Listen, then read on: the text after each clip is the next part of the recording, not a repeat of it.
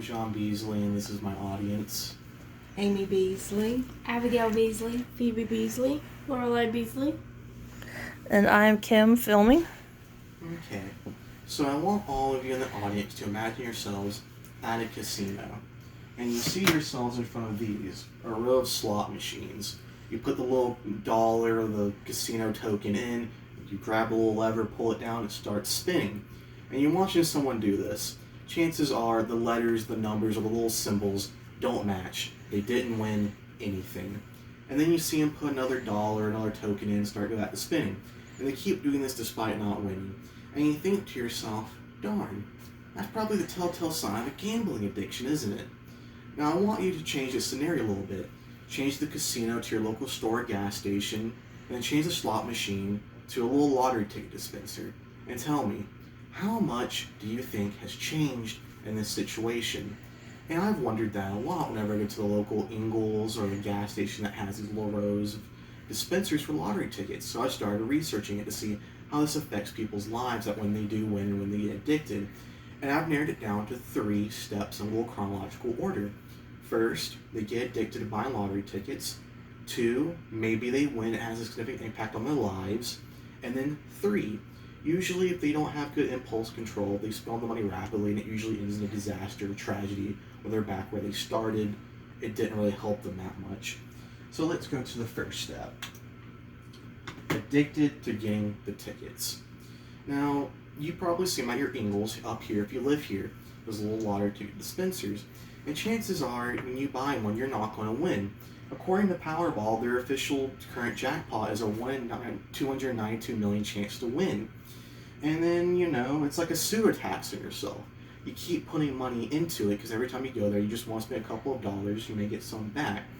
And according to researchers Grace Barnes, John Wilt, Mary Cecile Tidwell, and Josh Huffman in their study, Gambling on the Lottery, Socio-Demographic Correlates Across the Lifespan, found that roughly 15% of people 18 to 21 and 70% 22 to 49 have participated in the lottery within the last year.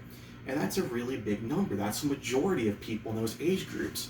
It shows that a lot of people do in fact get addicted to buying the lottery tickets.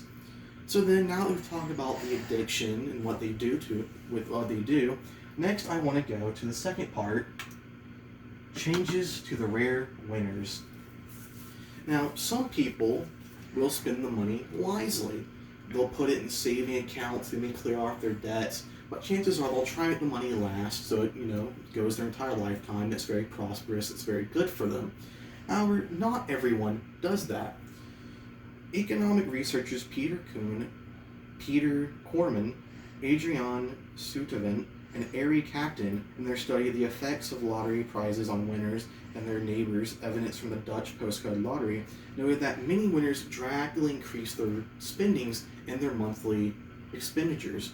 And they usually blow through the money buying new cars, new houses, all these fancy things.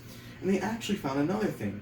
It actually has a peer pressure effect on neighbors. Neighbors look over and see you with your entire list of new Lamborghinis and you expanding your house with 17 new rooms and go, dang, I'm getting left behind.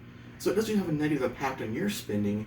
It actually has a negative impact on your neighbors where they try and, not look kind of shabby in comparison to you.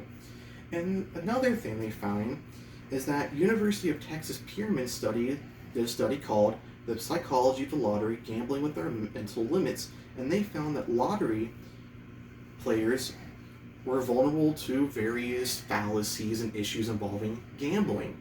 So when that happens, that leads us into part 3. Now that we've talked about getting the addiction and how it changes your life, we have the disastrous aftermath. And some regret having won. Take, for example, the report titled A Dynamic Model on Happiness and Exogenous Wealth Shock, The Case of Lottery Winners by researchers Aria Sherman, Tal Shavit, and Guy Brooks, found that many winners aren't happy. They go through a process known as hedonic adaptation, where basically they spend more money trying to chase a happiness because the money makes them kind of numb to what they've had previously. And that brings us to an example. That brings us to the man. Caitlin Horner, news article, lottery winner, got $16.2 million, but was $1 million debt, just a year later, tells the story of William Bud Post III, who blew through his entire fortune. And at the end of his life, he said he really regretted it. His brother tried to assassinate him, his girlfriend sued him, and he honestly lived the rest of his life in poverty after burning through the money buying things like planes and cars. And with all that said, I want you to think to yourself, how would you spend the money?